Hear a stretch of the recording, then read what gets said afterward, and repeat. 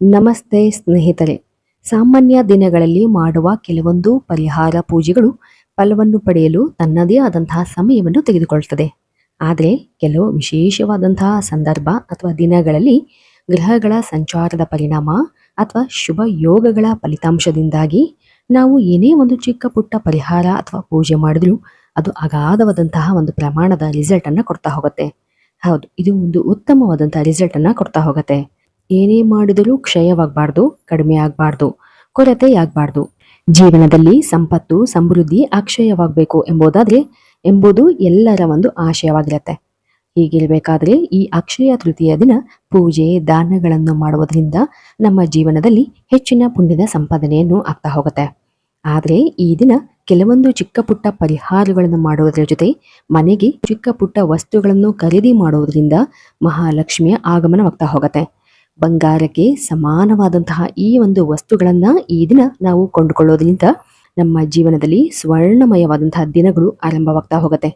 ಹೌದು ಸ್ನೇಹಿತರೆ, ಆಶ್ಚರ್ಯಕರವಾದಂತಹ ಫಲಿತಾಂಶವನ್ನು ನೀಡ್ತಾ ಹೋಗುತ್ತೆ. ಹಾಗಾದರೆ ಬನ್ನಿ, ಮತ್ತೇಕೆ ತಡ.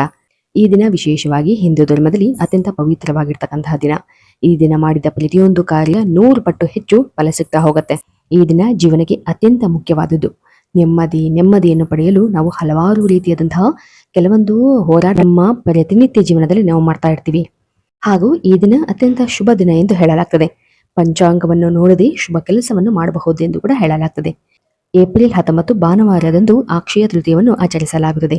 ಹಾಗೂ ಯಾರೆಲ್ಲ ತಮ್ಮ ಜೀವನದಲ್ಲಿ ಹಲವಾರು ಗ್ರಹ ದೋಷಗಳಿಂದ ಒದ್ದಾಡ್ತಾ ಇದ್ರು ಕೂಡ ಈ ದಿನ ಮಾಡ್ತಕ್ಕಂಥ ಕೆಲವೊಂದು ಚಿಕ್ಕ ಪುಟ್ಟ ಪರಿಹಾರದಿಂದ ಲಕ್ಷ್ಮೀ ದೇವಿಯ ಆಶೀರ್ವಾದದ ಜೊತೆಗೆ ಗ್ರಹ ದೋಷಗಳು ನಿವಾರಣೆಯಾಗುತ್ತಾ ಹೋಗುತ್ತದೆ ಸ್ನೇಹಿತರೆ. ಹಾಗೂ ಈ ದಿನ ಸೂರ್ಯೋದಯಕ್ಕೂ ಮುನ್ನ ಎದ್ದು ಶುಚಿಭೂತರಾಗಿ ಮನೆಯ ಒಂದು ಪೂಜಾ ಕೋಣೆಯಲ್ಲಿ ಲಕ್ಷ್ಮೀ ದೇವಿಯನ್ನ ಆರಾಧನೆಯನ್ನು ಮಾಡಬೇಕಾಗ್ತದೆ.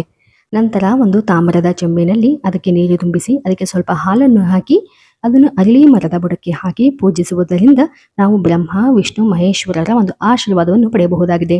ಅದರಲ್ಲೂ ವಿಶೇಷವಾಗಿ ಈ ದಿನ ಅಕ್ಷಯ ತೃತೀಯ ದಿನದಂದು ಅಶ್ವತ್ಥ ಮರದ ಪೂಜೆಯಿಂದ ವಿಶೇಷವಾದಂತಹ ಲಾಭಗಳನ್ನು ನಾವು ಕಾಣಬಹುದಾಗಿದೆ. ಹಾಗೂ ನಂತರ ಅಲ್ಲಿರ್ತಕ್ಕಂತಹ ಒಂದು ತಾಜಾ ಹಸಿರು ಎಲೆಯನ್ನು ಮನೆಗೆ ತೆಗೆದುಕೊಂಡು ಬಂದು ಅದನ್ನು ಗಂಗಾಜಲದಿಂದ ಪೂರ್ತಿಯಾಗಿ ಶುದ್ಧ ಮಾಡಿ ಅದನ್ನು ಈ ದಿನ ಅಂದರೆ ಅಕ್ಷಯ ತೃತೀಯದ ದಿನ ದೇವರ ಮನೆಯ ಮುಂದೆ ದೇವರ ಮನೆಯಲ್ಲಿ ಇಟ್ಟು ಪೂಜಿಸುವುದರಿಂದ ವಿಶೇಷವಾದಂತಹ ಲಾಭಗಳನ್ನು ಪಡೆಯುವುದರ ಜೊತೆ ನಮ್ಮ ಇಷ್ಟಾರ್ಥಗಳು ನೆರವೇರುತ್ತಾ ಹೋಗುತ್ತದೆ. ಹಾಗೂ ಈ ದಿನ ವಿಶೇಷವಾಗಿ ನಾವು ನಮ್ಮ ತಿಜೋರಿಯಲ್ಲಿ ಈ ಪೂಜೆ ಮಾಡಿರ್ತಕ್ಕಂತಹ ಅಶ್ವತ್ಥ ಮರದ ಅಥವಾ ಅರಳಿ ಮರದ ಎಲೆಯನ್ನು ಇಡುವುದರಿಂದ ಲಕ್ಷ್ಮೀ ವಾಸವು ಸದಾ ಇರುತ್ತದೆ ಎಂದು ಹೇಳಲಾಗ್ತದೆ. ನಿಮ್ಮ ಕೈಲಾದಷ್ಟು ಸಿಹಿ ಪದಾರ್ಥಗಳನ್ನು ಅಗತ್ಯವಿರುವವರಿಗೆ ದಾನವಾಗಿ ನೀಡುವುದರಿಂದ ನಿಮ್ಮ ಎಲ್ಲ ಪಾಪ ಕರ್ಮಗಳು ಕಳೆಯುತ್ತವೆ.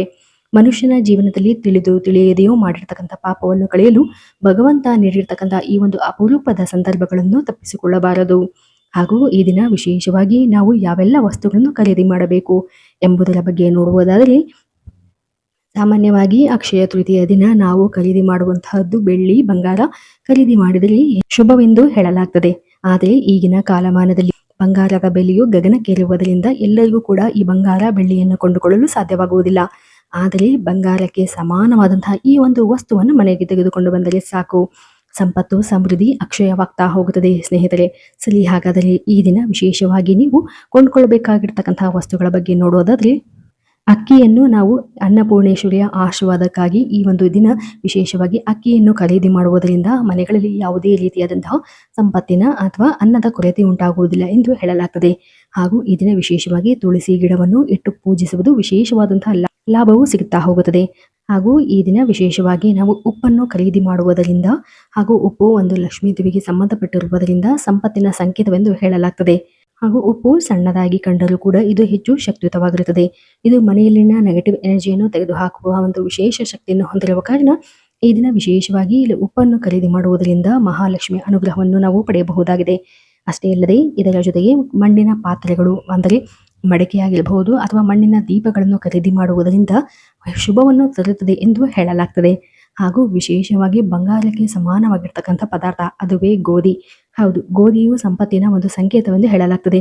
ಯಾರೆಲ್ಲ ವ್ಯಾಪಾರ ಉದ್ಯೋಗದಲ್ಲಿ ಬೆಳವಣಿಗೆಯನ್ನು ಕಾಣಬೇಕು ಅನ್ನುವವರು ಈ ಒಂದು ದಿನ ವಿಶೇಷವಾಗಿ ಅಕ್ಷಯ ತೃತೀಯ ದಿನ ಗೋಧಿಯನ್ನು ಖರೀದಿಸಿ ಅದನ್ನು ನಾವು ಮನೆಯಲ್ಲಿ ಪೂಜೆ ಮಾಡುವುದರಿಂದ ಬಂಗಾರಕ್ಕೆ ಸಮಾನವಾದಂತಹ ವಸ್ತು ಎಂದು ಹೇಳಲಾಗ್ತದೆ. ಹಾಗೂ ಇದರಿಂದ ಶುಭವನ್ನು ತರುತ್ತದೆ. ಹಾಗೂ ಮಹಾಲಕ್ಷ್ಮಿ ಅನುಗ್ರಹವನ್ನು ಪಡೆಯಲು ನಮ್ಮ ಜೀವನದಲ್ಲಿ ಸಂಪತ್ತಿನ ಅಭಿವೃದ್ಧಿಯಾಗಲು ಈ ಒಂದು ಗೋಧಿಯು ಕಾರಣವಾಗ್ತಾ ಹೋಗುತ್ತದೆ ಸ್ನೇಹಿತರೆ. ಹಾಗೂ ಇದರ ಜೊತೆ ಸಾಧ್ಯವಾದರೆ ಗೋಮತಿ ಚಕ್ರ ಕವಡೆಗಳನ್ನು ಖರೀದಿಸುವುದು ಅತ್ಯಂತ ಶುಭವೆಂದು ಕೂಡ ಹೇಳಲಾಗ್ತದೆ. ಹಿತ್ತಾಳೆಯ ದೀಪಗಳನ್ನು ಖರೀದಿಸುವುದು ಅಥವಾ ಬೆಳ್ಳಿ ದೀಪಗಳನ್ನು ಖರೀದಿಸುವುದು ಕೂಡ ಮನೆಗೆ ಒಂದು ಬೆಳಕು ತರುತ್ತದೆ ಹಾಗೂ ಪಾಸಿಟಿವ್ ಎನರ್ಜಿ ಬಂದಂತಾಗುತ್ತದೆ ಎಂದು ಕೂಡ ಹೇಳಲಾಗ್ತದೆ. ಹಾಗೂ ಮನೆಗೆ ಶುಭವನ್ನು ತರುವುದರ ಜೊತೆಗೆ ಶುಭ ಕಾರ್ಯಗಳು ಉಂಟಾಗಲು ಈ ಒಂದು ಬೆಳ್ಳಿಯ ದೀಪಗಳು ಅಥವಾ ಹಿತ್ತಾಳೆಯ ದೀಪಗಳು ಕಾರಣವಾಗ್ತಾ ಹೋಗುತ್ತದೆ ಸ್ನೇಹಿತರೆ. ಈ ದಿನ ವಿಶೇಷವಾಗಿ ನಾವು ಕೈಗೆ ಕೆಂಪು ದಾರಗಳನ್ನು ಕೈಗೆ ಕಟ್ಟಿಕೊಳ್ಳುವುದರಿಂದ ರಕ್ಷಣೆಯ ಜೊತೆಗೆ ಅದೃಷ್ಟವನ್ನು ಹೆಚ್ಚುತ್ತದೆ ಎಂದು ಕೂಡ ಹೇಳಲಾಗ್ತದೆ. ಹಾಗೂ ಯಾವುದೇ ರೀತಿಯಾದಂತಹ ಸಿರಿ ಧಾನ್ಯಗಳನ್ನು ನಾವು ಈ ದಿನ ಖರೀದಿ ಮಾಡುವುದರಿಂದ ಸಂಪೂರ್ಣ ಸಮೃದ್ಧಿಯ ಆಗಮನವನ್ನು ಮಾಡಬಹುದು ಎಂದು ಕೂಡ ಪುರಾಣಗಳಲ್ಲಿ ಹೇಳಲಾಗಿದೆ ಸ್ನೇಹಿತರೆ. ಸರಳವಾಗಿ ಯಾರೆಲ್ಲ ಬಂಗಾರ ಬೆಳ್ಳಿ ಖರೀದಿ ಮಾಡಲು ಸಾಧ್ಯವಿಲ್ಲ ಎಂಬುವರು ಕನಿಷ್ಠ ಪಕ್ಷ ಉಪ್ಪು, ಅಕ್ಕಿ ಮತ್ತು ಗೋಧಿಯನ್ನು ಖರೀದಿಸುವುದರಿಂದ ಅತ್ಯಂತ ಉತ್ತಮವಾದಂತಹ ಹಾಗೂ ಶುಭವನ್ನು ತರುತ್ತದೆ ಎಂದು ಹೇಳಲಾಗ್ತದೆ ಸ್ನೇಹಿತರೆ.